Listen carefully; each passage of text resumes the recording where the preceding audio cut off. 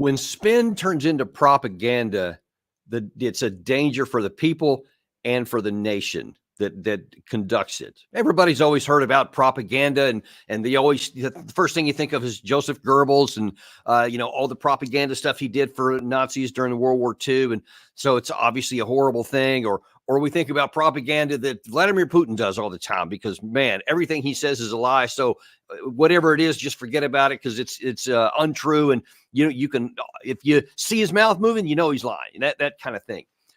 But on the domestic side, people say, but our side, we spin things a little bit, but general, by and large, we tell the truth. Well, what happens when spin turns into propaganda, not by some evil regime, but by our own country or our own side? That's the subject of today's discussion. And we have one of my growing favorite guests on this show from London, England, Ian Puddick, who, in my view, the smartest man in London. That's why we're so happy to have you on today. Welcome back to the show, Ian. Absolute pleasure, Colonel. Thank you very much indeed.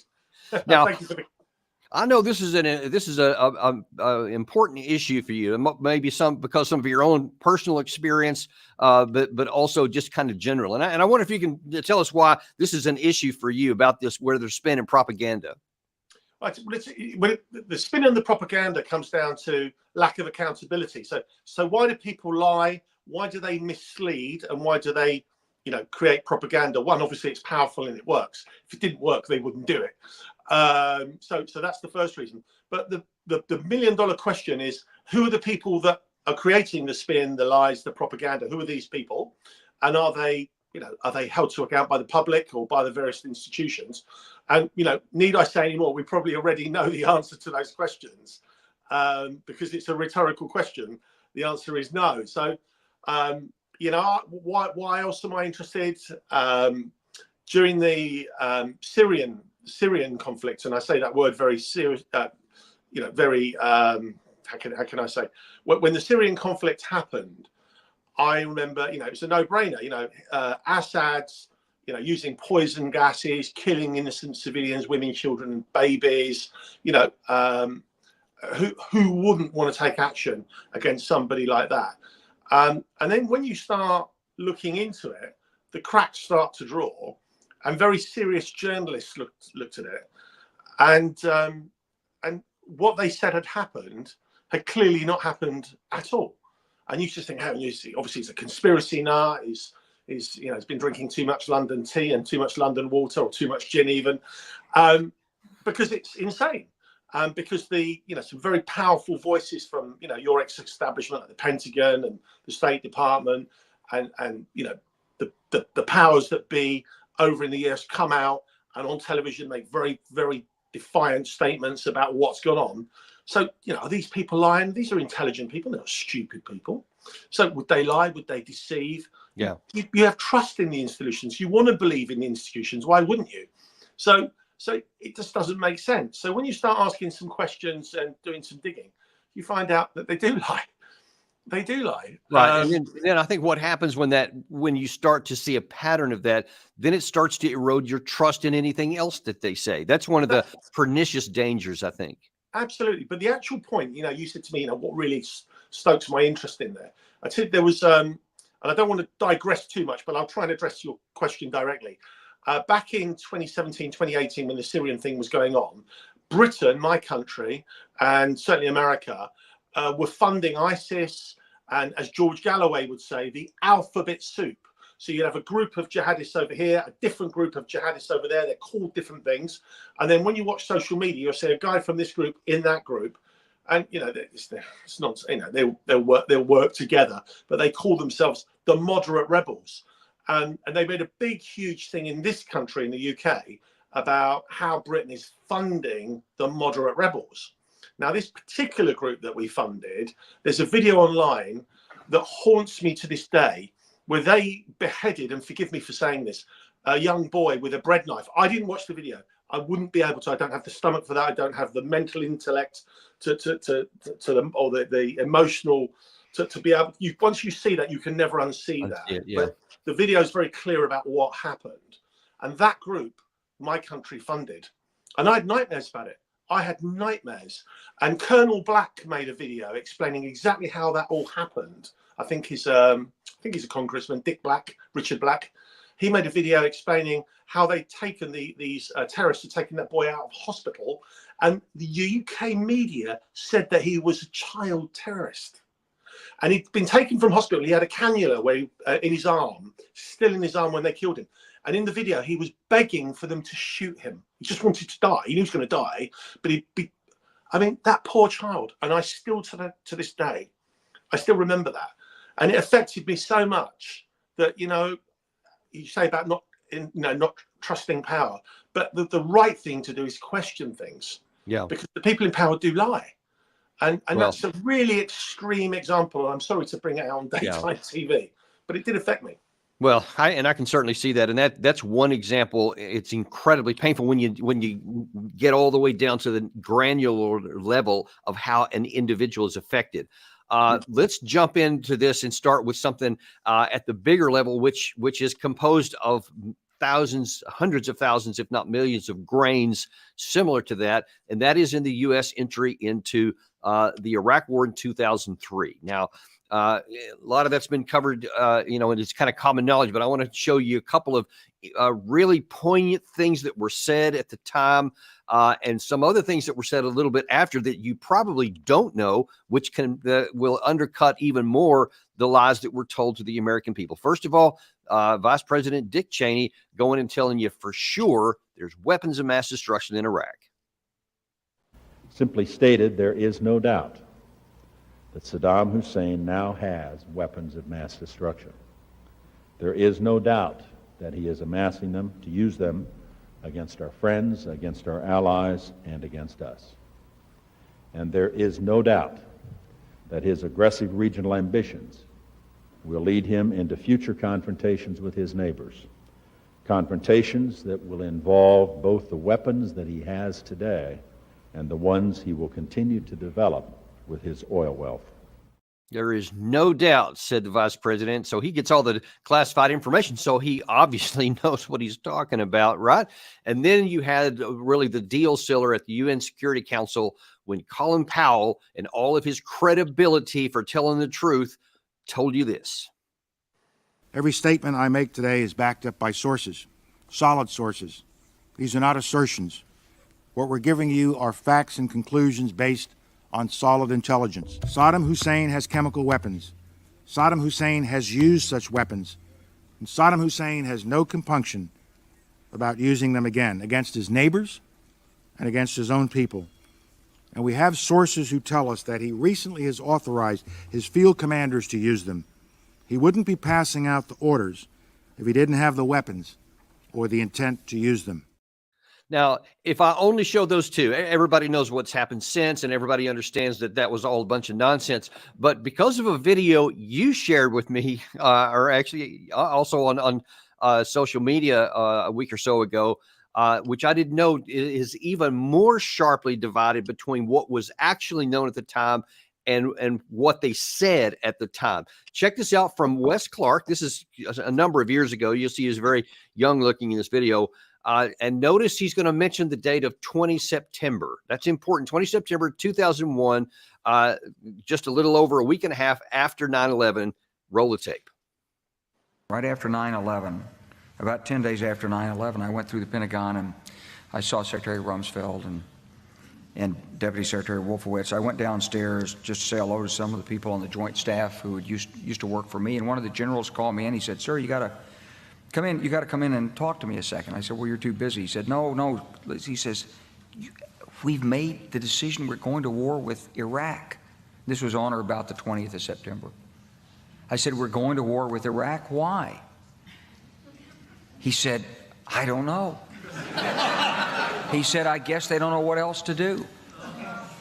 So I said, "Well, did they find some information connecting Saddam to Al-Qaeda?" He said, No. He says, "There's nothing new that way. They just made the decision to go to war with Iraq."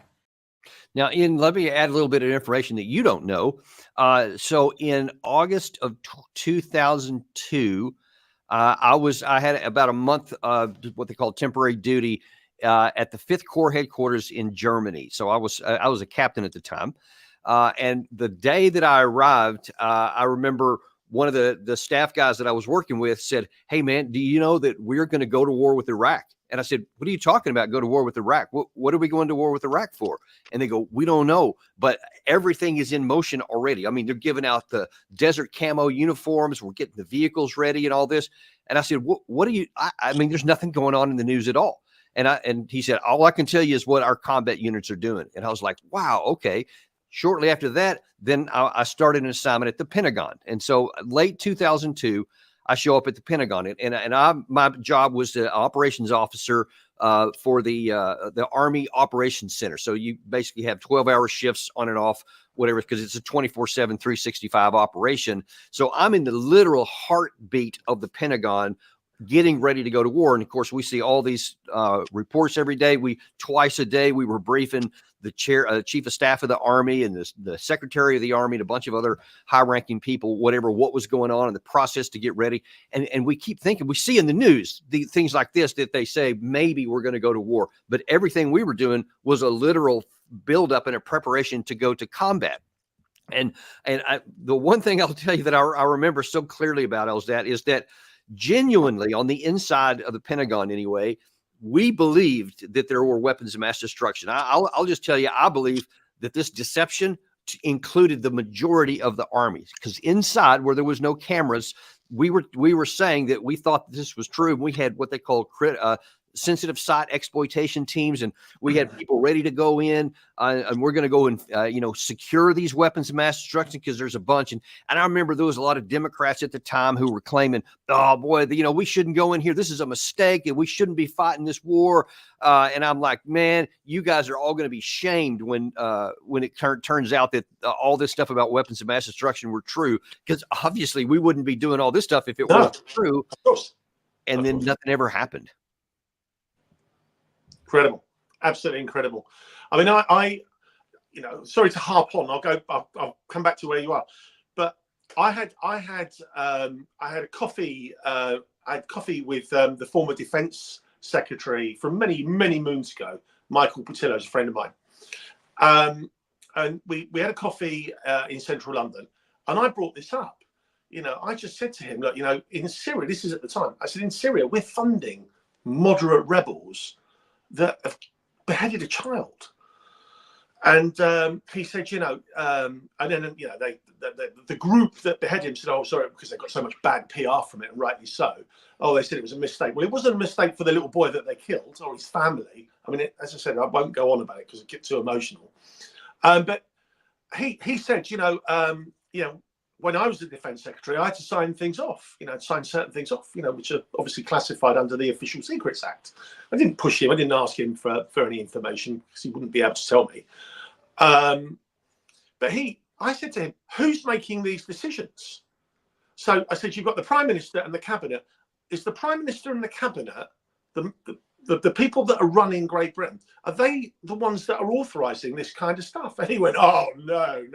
You keep that well away from them." Well, I think, okay, hang on. Who's running the show? Who's making the decisions for my taxpayers to behead little kids in another country that are not threatening you and me at all? I didn't say this to him, but I did say to him, who's running the show and who's making these decisions? And he said, "Oh, no, that will be made by the Ministry of Defence and the various aspects of the civil service." So I said, "I'm not being rude, and forgive my ignorance. What about the Cabinet?" He said, "No, he said the Prime Minister will be aware of the intelligence of who we're supporting and why, but it wouldn't be the Cabinet," which means there's unelected bureaucrats running the show. And the reason I'm bringing this up now is you're in the Pentagon, and I know you're an honest man. You're certainly a very decent man. You believed what you were told. Why wouldn't you? Why wouldn't you? Why would you question it? You had no reason to question it at all. So it begs the question at the Pentagon: who's telling the lies to who? And obviously, this is filtrating all the way down the system to your team and your people, and vice versa, further down the chain. Where's the propaganda coming from, and who's creating it? And are those people accountable? And we know the answer. Yeah, yeah, we do, and that end really is the issue here, because this continues to just erode the trust of the foundation. That if you can't believe the things that your leaders are saying with such conviction, then even when they may tell you the truth later, you're not going to believe it. And we've continued to see this play out, and actually let's keep going, because they do play out. Now I want to jump to the war with Russia and Ukraine, and what our leaders are saying about that there. So on March 22nd, I think it was, 2022, shortly after the war, about a month into the war, President Biden went before the American people at the State of the Union to tell them exactly what was going on.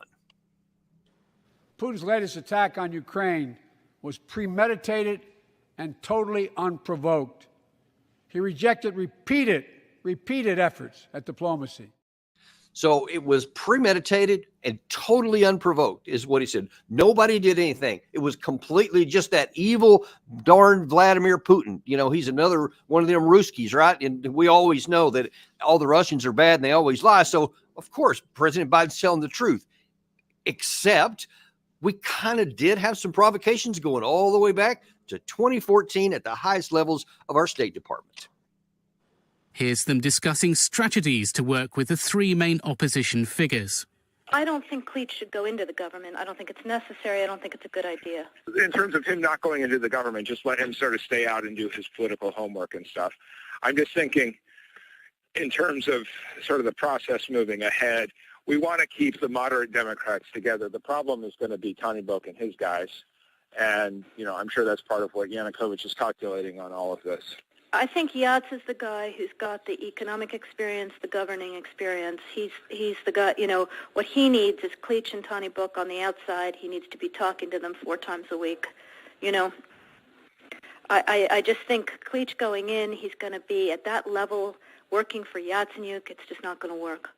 Whether the revolution, so-called, in 2013, which was when it started, was organic or not, what we know for an outright fact is that the U.S. immediately went in there to help the rebels unseat the legally elected government of Ukraine, which, of course, we always say, rules-based international order. It's the people who get to decide who's going to lead their country. We don't do it from the outside.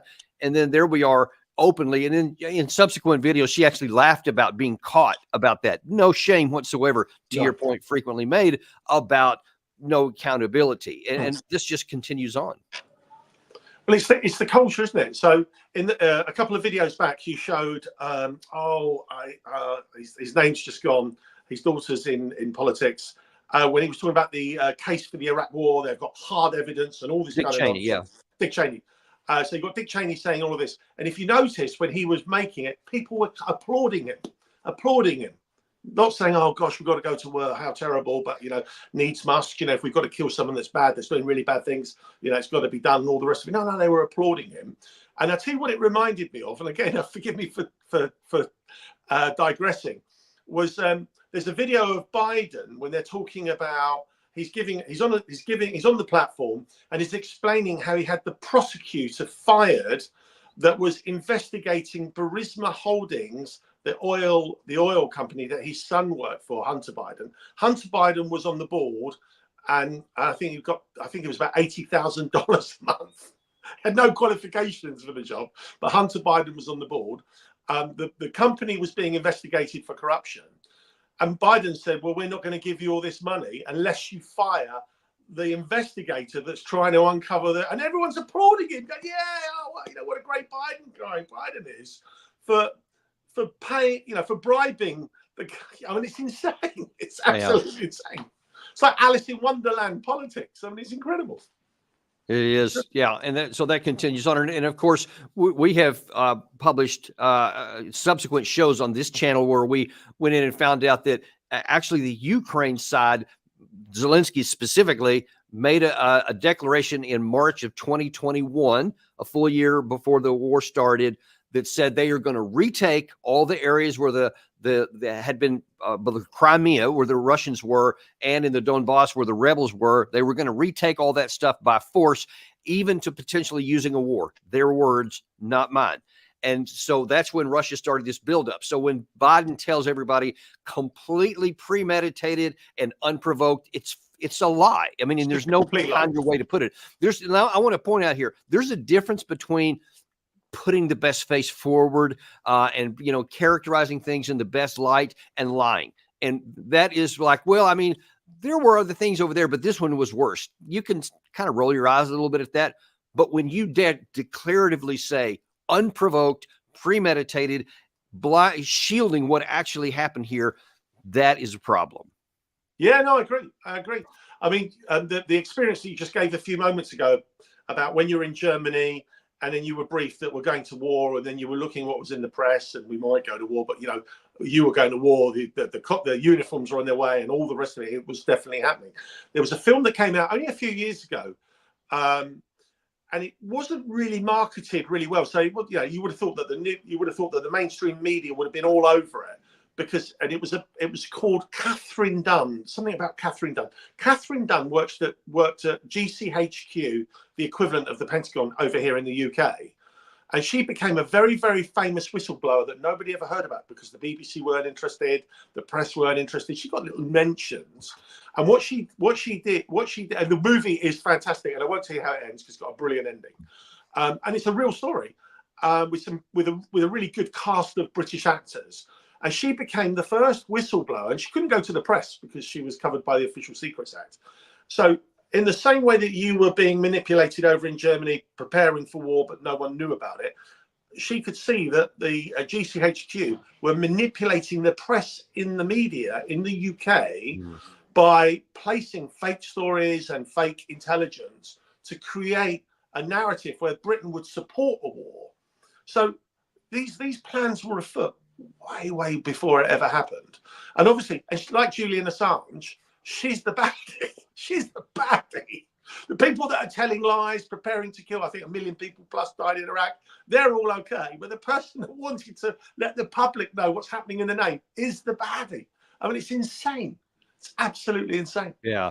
And it continues on to this day. So that was from the beginning of the Russian war. Now let's see here in the current phase here. And we had Lloyd Austin in Germany that said that the other day, a month or so ago, I think it was, on this clip, that we are definitely not going to let Ukraine lose the war. Ukraine won't back down, and neither will the United States. The United States will not let Ukraine fail. Just last week, the United States announced additional security assistance for Ukraine valued at $300 million. This is an extraordinary measure to support Ukraine's most pressing needs for air defense, artillery, and anti-tank capabilities. We were only able to support this much needed package by identifying some unanticipated contract savings. So that all briefs well, as they say. Yes, we are not going to let them win. But here's the thing. There's a math problem here. And J.D. Vance, Senator Vance, said this just last week on April 12th. He just flat out pointed it up. It doesn't matter what you're saying with your mouth.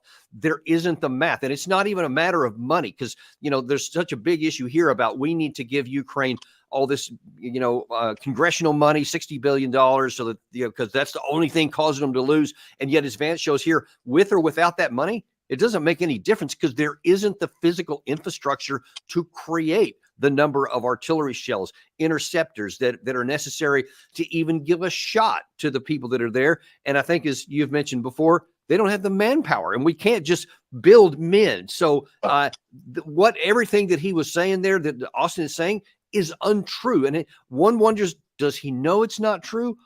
Or does he not care and has some other motive, but what he's saying isn't accurate? No, I mean, you're absolutely right. And that is the million. It's a fantastic question that you posed. Is he knowingly lying to you and I and everybody else? Or has he been misled? Or is he unsure? He knows. He knows. Who's above him and how, he's at the top of the tree. He's unfortunately at the top of the tree. If he was a lowly person, followed way down in the military, you could make that argument all day long and there'll be an argument for that. He's at the top of the tree. The buck stops there, I'm afraid. So he knows he's deliberately deceiving you and I and the public everywhere. Yeah, the global public. And then that's at the Department of Defense. over at the Department of State, we have the twin heads of this, because you see there that number one, that even the New York Times is telling everybody, hey, there's not enough ammunition, soldiers, or air defense. So again, it's quantifying that the math is not working out. But here's Matt Miller, the spokesman for the State Department, just oblivious to all of these facts. We believe that Ukraine has a plan that they can execute to achieve victories on the battlefield. We've seen them having victories on the battlefield, most recently in the Black Sea, where in the last 24 hours they sunk another Russian ship. So we do believe that they have some surprises in store. We look forward to seeing the results. Here's the thing, Ian. Sinking ships is an impressive thing, but that ain't on the battlefield. He says that they're having a success on the battlefield. We've seen their plans, and it's a plan for victory. Either he's lying or he's stupid. There is no plan for victory. Both. They're all the same. I mean, all these people that come out at the White House from the State Department, the White House, do you know who they all remind me of? They all remind me of the mayor in the film Jaws. So Roy Scheider's saying all these people are being killed by sharks, and the mayor's going, no, there are what no a sharks. Great analogy. The beaches are completely safe. Businesses must come first, and people are being eaten alive. I say it tongue in cheek, but they just dismiss the facts because they have a very narrow narrative that they have to follow through on, and they say it really confidently. You know. Ian, do you remember during Desert Storm when? Do you remember Baghdad Bob? Does that ring a bell? Yeah. This is Baghdad Bob Part 2, where, and for those who don't know, basically the Matt Miller version of the Iraqi government when we were attacking during Desert Storm. No, this wasn't Desert Storm. This was 2003. This was the 2003 invasion. He was saying we're slaughtering the Americans. We're beating them everywhere. There are no tanks in Baghdad as tanks rounded the corner and Easter's running. And we mocked him so much. And now we're doing one up. We're exceeding that propaganda. Well, because these people, I go back to my original point, because these people are unaccountable and they have the press on their side. That's the big problem. You know, if the press were fearlessly holding power to account, then it would be much harder for them to lie and to deceive. But they're not. So they can go there and be like Baghdad Bob and look stupid, because largely a larger group of people will believe in it rather than the small people that question the narrative. But it's a matter of time. Yeah, it is. And that number is growing, where people are less and less likely to believe anything the government says, which has some real pernicious potentials, which I'll talk about in a minute. But let's jump now real quick to the other war that's going on with the Israel-Hamas war. One of the biggest issues that really are centering on what's happening right now is this egregious loss of life among the civil population in the Palestinian enclave of the Gaza Strip. And there has been a lot of news recently, in recent months, that Israel was preventing food aid from going in, or slow rolling it, which was increasing the risk of starvation by the population. And on CNN, one of the senior Israeli spokesmen went on to say, yeah, no, there's no truth to that. Obviously, and we always remind it to everyone, we shouldn't believe or take any numbers coming out of Gaza at face value. Everything is being controlled by the terrorists of Hamas. There is no humanitarian crisis in Gaza. In coordination with the U.S. and the UN, we allowed the number of trucks entering Gaza now with food and medicines to reach almost 100 trucks every day. So we don't see the need for humanitarian pauses right now, because it will only enable Hamas to rearm and regroup. And then here's one of the few Americans that actually does tell the truth, to his credit. You can disagree with some of his policies here and there, but you can count on him telling the truth. And here is Bernie Sanders contradicting what that guy just said. When I look at the situation there right now, what is most important is that as we speak right now, hundreds of thousands of children are facing starvation, while at the same time, hundreds, if not thousands of trucks are lined up to get into Gaza to deliver the humanitarian aid, and Israel is refusing to allow that. I wish, Ian, I had pulled up a different context or an additional one, because it may be more egregious to where the Israeli spokesmen say that we have our military is the most careful in the history of warfare, taking care of the civil population, as Gary shows every day, just nonstop images of the entire Gaza Strip just getting wiped out, and bombs and wiping out entire neighborhoods, turning it into rubble and dust. And you see before your eyes, thousands, tens of thousands civilians are killed. And I've conducted operations where it's actually protecting the population in large built-up areas. So I know that it's complete nonsense, and yet very few on the Western side. Yeah, that, like those right there that Gary's showing. That does that look to you like the most careful military operation in history to take care of the civil population? You see all that place where most of those people are standing used to be buildings, and they've just been wiped out. And he could go on like this for the whole length of the show with different videos. Look at that devastation. And yet, why do we not have anybody in the Western media saying that's complete nonsense? They're all bought and paid for. They're just bought and paid for. I have no words. I mean, I've watched mums with their children walking across the street, and the mum gets shot and the kids, and it's just heartbreaking. It's heartbreaking.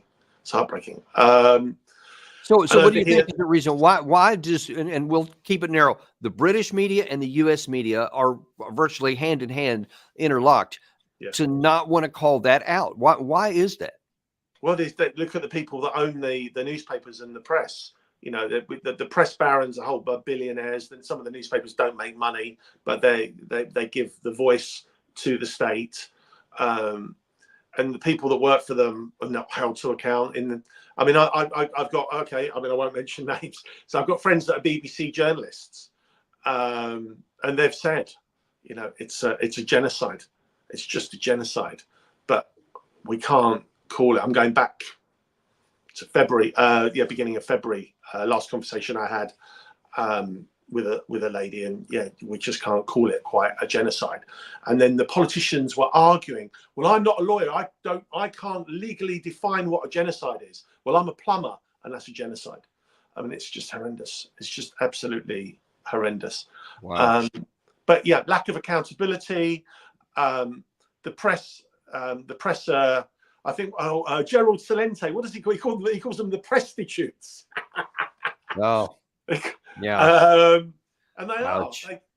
It's just awful. But thank you, Colonel, for you and the work you do that that's questioning this narrative and bringing facts to the table. This isn't me just sharing, or you just sharing some opinions. You're bringing facts that not only question the official narrative, but they undermine the national narrative. And that's what there was a time when the big broadsheets that we would call the New York Times and they would do that, but now, disgusting. It used to be their role. Yeah. I mean, who's the guy? Jeff Bezos. Didn't he just win a massive contract a few years ago to do a load of stuff for the CIA? I think so. Yeah, little conflict of interest there, one might suggest, with the Washington Post. I would think so. Yeah. I wanted to go the last few minutes we have here and go over some things that I know that you have some thoughts about, because you tweeted some of these things out, a couple of headlines, and I'm going to toss these up there, and I wonder if you can kind of tell us what's going on. First of all, here's something about spies who lie. What's the story here? Well, the clues at the bottom of the picture. So you've got President Biden and his son Hunter Biden. And I think the New York Post is one of the oldest newspapers in America. Don't quote me on that verbatim, but I think it's certainly up there as one of, if it's not the oldest, it's certainly one of the very oldest newspapers. And they were cancelled from all social media in 2020 when they broke the story of the Hunter Biden laptop and his videos of him taking what's alleged to be crack cocaine and prostitutes and all sorts of nonsense. But because of who he is, I mean, if he wants to go and smoke crack cocaine and sleep with prostitutes, that's his business. But he's the son of the president. And then it begs the questions, where's he getting the money from? Then you get into the whole Burisma story. And then you think, hang on, who's in charge of Ukraine and Burisma Energy? Oh, it's his dad. And then, rightly so. Little old New York Post is cancelled for it. And then all these intelligence officers come out and say it's all lies and Russian interference and Kremlin lies and Kremlin propaganda. And the spies who lied are the liars. I mean, we now accept that it's Hunter Biden's laptop. It's disgusting. It's absolutely, as you said right at the beginning, how can we have trust in all of these institutions? They're the ones that are eroding the trust, not you and I. You and I asking questions is not eroding the trust. You know, they're the ones that are being caught out and being discredited by their own behavior. Right. Yeah, and that's and you know this kind of really exemplifies the problem here, because depending on what side you want to believe, you can interpret this. You can say, oh, well, the spies themselves are lying. They're just hiding the truth.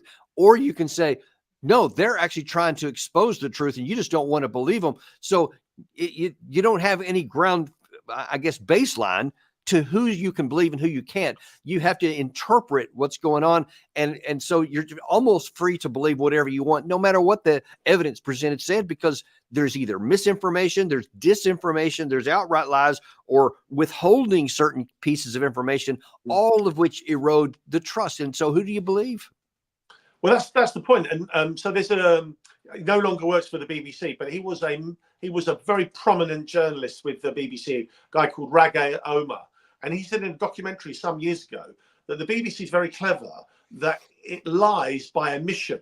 So it doesn't have a headline article saying this did not happen, you know, or this did happen when it didn't. They don't have black and white lies. They lie by omission. So when you're looking at a particular situation, they won't provide you the whole context of the situation. They give you a very narrow position on there and omit what really happened or some of the background. We obviously with the Ukraine is a really good example of the sin of omission, by not giving you the full context of and the history of what's gone on, why it's gone on, the people that are involved. And is there something to that very context in one of the other pictures you put out about Russian shovels? If you can throw that one up there. What's the story here? It's one of my favorites. So there's another BBC headline that just predates that says Russia is running out of weapons.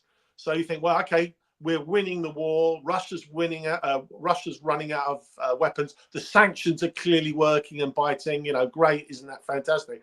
And then they've said that I mean, I'm laughing because it's so pathetic. The Russian soldiers are having to use shovels.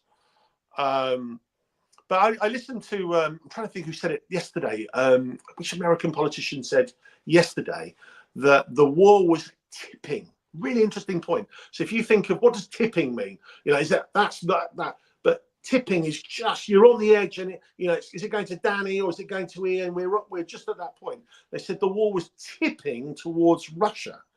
And that's just a complete lie.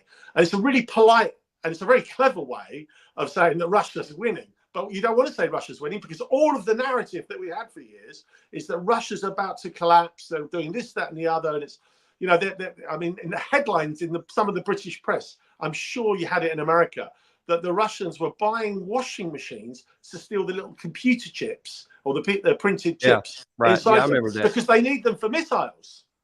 Yeah, I remember that was in 2022. And by the way, I do have a little knowledge about this shovel issue. What was really going on, and I think it might have been Alex's History Legends on his channel that exposed this. What was going on? Because the claim was that Russians were using shovels in assaults, like they were swarming into the trench lines against the Ukrainian side. They didn't have enough ammunition and weapons, so they were trying to beat them to death with shovels, whatever. Well, the truth is that Russians have sapper units, engineering units. And what their job was when the assault units go into a trench line, that as soon as they would take it, they would have sappers come in immediately and start digging out from some of the trenches that had been collapsed because of the fighting so that the Russians could then occupy it. So it was part of their normal operations. But people see guys with shovels in there and they thought, oh my gosh, look, they're storming it. Now, whether they didn't realize what was going on or whether they're just trying to use that to create this narrative is unknown. They're not stupid, these people. You know, anyone can make a mistake. You know, we can all just get something wrong. Do you know what? I saw such and such from such a perspective. That's my perspective. We can all make mistakes. We can all get it wrong all day long. They know what they're doing. This is a craft. This is a craft. These are, you know, the guys on the ground, the guys in the trenches are not making these decisions about what narrative is then put into the press. The guys in the trenches are reporting back, and up the food chain it goes to the people that make these decisions, these unaccountable people that create a narrative to show how weak the Russians are, for example. So they didn't say Russia was weak in that. But we know Russia are incredibly weak because they have no weapons, no guns, and their only ammunition is a shovel. Utter nonsense.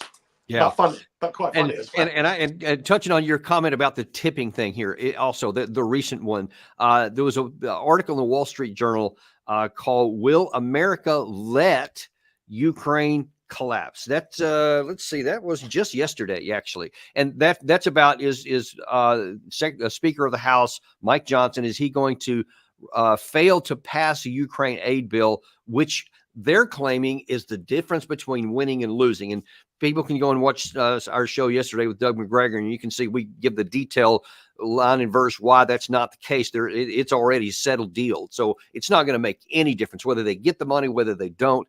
But they're saying it like the implication just in the headline alone, even if you don't read anything else, is that the implication that if we pass this bill and we give the money, Ukraine won't lose.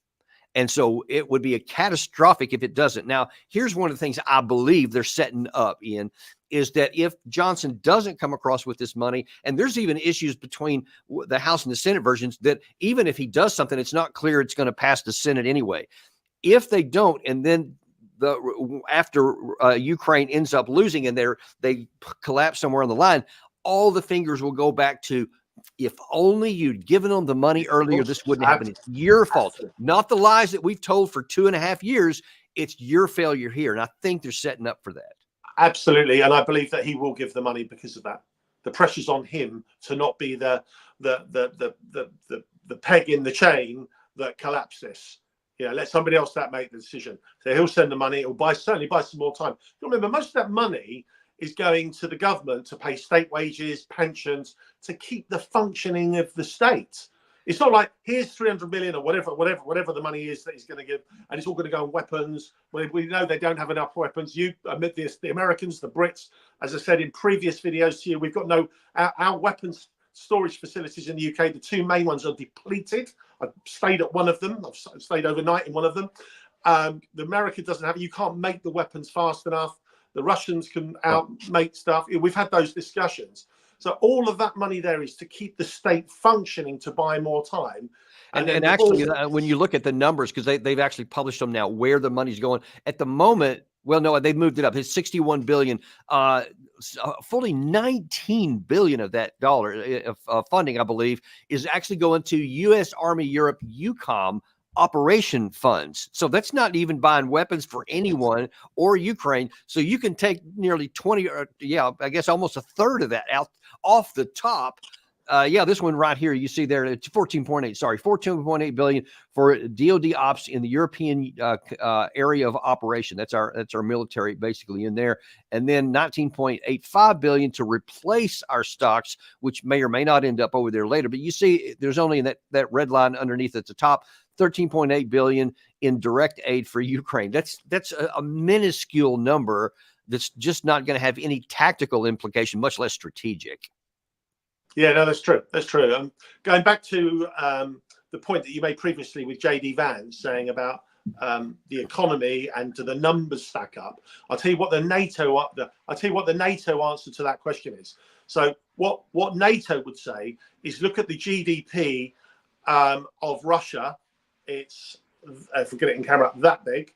If you now look at the GDP of all of NATO, it is. I can't get my head, but it's massive. It's huge difference. So therefore, the power of NATO is greater than America. We will prevail. The difference is that NATO are not doing any fighting, so it doesn't mean anything. They're all in massive debt. So, okay, you can argue that they're rich enough to be able to borrow money to do stuff. That's certainly true. But where's the political will? Because they're losing. They're going to borrow more money to put into. And by the way, all these NATO countries know that Ukraine. So when they say, "Oh, we're nearly there," they know. They know. When the Poles say we're terrified, Russia's going to invest, Russia's going to invade us next. We've got to fight for our freedom and all this kind of. They know that's not true. The leaders know that's not true. I've had these discussions with my NATO friends, my NATO colleagues. They know. Well, Ian, you're the guy that you connected with us, Ian Proud, the former British diplomat, on our show, said exactly that. He goes, "Oh, they know behind the scenes. They know there's no truth to that, and yet they just keep saying it." So June 22, so a few months, a few months into the war, a NATO trainer that was actually physically out there. We met up in June 22, and I said, "Oh, how's it all going?" And then, because I didn't know, I knew what was happening see what's happening online. I could see what was happening in the mainstream media, and what he said was really happening on the ground, and what I was reading. I mean, they weren't. They were just worlds apart. And I said, and he said, "It's all lies." He just said, "It's all lies. It's all lies." I told you we've had. I mentioned this previously in previous conversations. Guys from the Royal Air Force, young in their 30s, fighter pilots, intelligent guys, sharp guys, not stupid. They were telling me that the Russian soldiers, when they joined, they had to bring their own shoes because the Russians couldn't give them military boots, because they were so poor. That they had only 3 or 4 state television stations in Russia, and the whole of Russia gets all its information from 3 or 4. I mean, I've been to St. Petersburg. It's utter nonsense. I've been polite. It's just utter nonsense. But these guys believed it, and these aren't stupid guys. When you worked in the Pentagon, you believed, and you thought, well, we're going to show you guys when the intelligence was allowed to come out, because you believed it. Because why wouldn't you? And it's, I don't blame these guys for not questioning. It's not their job to do that. They're working in a privileged bubble, within the military, and the intelligence comes down. They're privileged to be part of making these things happen. But it's appalling. The people at the top are not held to account. And that's really what it all comes down to. I'll tell you, the net of all of this, and why I wanted to have this show here, and I was grateful that it was also an issue of importance to you, is because it highlights, and I want to shine a light on the danger to our own nations if this trend continues on unabated. Because what these people who are patting themselves on the back and saying, "This is just how business is done. Don't be so naive to think that we're going to just tell the truth here." I remember once, really famous, Bolton was asked after he left the Trump administration, and he was complaining about all the stuff Trump was doing. And they said, "Wait a minute, when you were still the national security advisor, you said this was a good idea." And he goes, "Oh yeah, of course. I mean, that's what you have to do when you're in the job. Lie and just say this is true, but here's the real truth." And I'm like, don't you get what you're doing? You are cutting the credibility of everybody who's in these official positions, that there's reason not to believe anything they say. And here's the issue, Ian. Here's how it's working out here. And I want your view on how it's working on your side. When I hear, whether it's John Kirby or Matt Miller or Secretary Blinken, if it doesn't seem to line up with what I think, I just like, he's probably lying, even if I don't know. So if it doesn't feel right, I say that that's not true. It could be exactly true. Any given thing could be completely right. He may have information that I don't have, that what I feel isn't right. But because they have destroyed the credibility, I now don't believe anything that they say if I don't see it on the ground with my eyes. And you just can't govern without the trust of the people.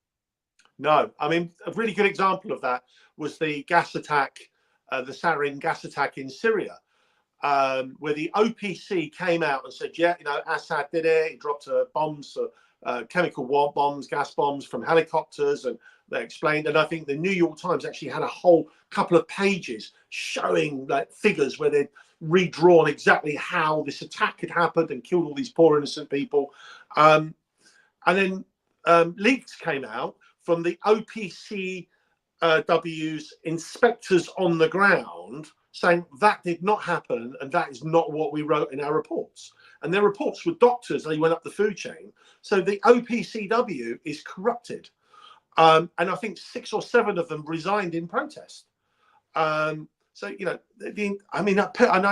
forgive me for repeating myself. I know Putin said this to Tucker Carlson in his interview about the Nord Stream, but it is relevant. Tucker Carlson, Tucker Carlson said, like, who did you blow it up? And he laughed. He said, well, we blow up our own pipeline, or we can turn it off. But he said, the US had done that, and he said, we can prove that. And Tucker Carlson said to him, and this is the sort of thing I would have done the same. I would absolutely have done the same. I said, well, why don't you publish the intelligence showing the US or whoever did it or however it happened and win the PR war? And he just shook his head and laughed and said, look, how naive. He said, we're never going to win the PR war. We can't beat the CIA. They own half of the media around the world. They influence, don't own them, they influence them. And, he recognized that. There's battles we can win, there's battles we can't win. That's one we can't win. And that's what the public are up against. It's appalling. It's an appalling state of affairs to be in. So what is your view if we aren't ever able to get to a point to where we're able to hold people to account for, especially just the bald-faced lies, not in exaggerations, not even omissions, but bald-faced lies. If no one can be held account for anything, where is this going to go? Well, it's very depressing. It's very depressing, and I'm generally a very upbeat, positive person. So I just think it's time. It is a matter of time. So if you look at the whole of Europe, for example, with the Ukraine-Russia issue, they're all united. They all got to get rid of Putin. They've got to, take down Russia, and obviously free Ukraine. I'm against the war, by the way. I don't agree with Russia invading at all under any circumstances. I just don't agree with that for the obvious reasons any normal person would say that. But I think Colonel McGregor said it. It's just going to take time for a change in leadership, because the German economy is tanking. They're buying all of their gas, liquefied gas from America, 3 or 4, even 5 times the price that they were paying from Russia. And German industry, and it's a manufacturing powerhouse, relies upon cheap energy so that they can make good quality products at a cost-effective price. They can no longer do that. So there's going to be a tipping point, where the governments will change. And then we're in the hands of the gods. We hope that there will affect change. Yeah, I'll tell you, my view is, especially with the Russia-Ukraine war, we'll stick with that, and it could go in nearly any other thing you want to talk about. But we have still, as you see in that one from Matt Miller, just resolutely say they have a plan to win. They're going to continue winning. We can't let Ukraine lose, and Russia will lose because of all the reasons. But if that fiction eventually just collapses from the Ukraine military collapse, and Russia actually wins the war on the battlefield, not a negotiated settlement, but wins the war and basically issues terms of surrender, if it goes on that long, because eventually it almost can't work out any other way, because Russia has almost unlimited natural resources and human resources that Ukraine can never, ever match. So eventually just math and physics will end up working against them. On that day, then the Western press, the Western public is going to be saying, you have told us for years that this was on the right track, that they were winning, and now none of it has turned out to be true. And then maybe the anger can rise, because they're like, you lied to us all this time. And maybe then there could be a sweeping change politically. God help us if it's any other way, but at the election booth, that we can just, vote those people out and get somebody in, then value integrity and truth. Like your friend George there, he's one of those in Congress that's actually, or Parliament rather, that tells the truth and takes a lot of heat for it, doesn't care, continues to tell the truth. We actually have a few of those even on this side. It's the only one.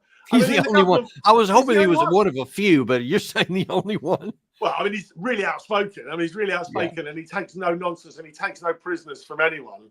I love him. I think he's fantastic. But if you look at, for example, in Parliament yesterday, when he spoke, the opposition, so the Labour Party in opposition to the Conservatives, weren't holding the Tory government to account.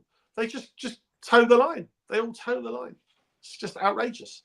It's just outrageous. So it's business as usual, just like it is on this side. I promise I'll get George on. Well, we're looking forward to that day. I'm real eager to get that. But we'll cross that bridge once we get to it. But thank you for coming on today, Ian. You see, now people understand why I call you the smartest man in London, Ian Puddick. So thanks for coming on again today. Only my mum says that. Well, more people are going to start saying it when they start seeing these videos, but I assure you. But thanks for coming on today, seriously. And we thank you guys for joining us today. And I know a lot of you feel the same way that we do, that you just want some integrity and you just want some accountability when people lie, and then it plays out the way that the truth eventually it even does. Be sure to like and subscribe to us, and just know that we got coming up later this afternoon our favorite Colonel Jacques Beau. He's going to be talking on some other issues related to the Russia-Ukraine war. And as always, he has some incredible insights you just don't get anywhere else. Be sure to send this to your friends because they won't want to miss this. And we'll see you this afternoon on Daniel Davis Deep Dive.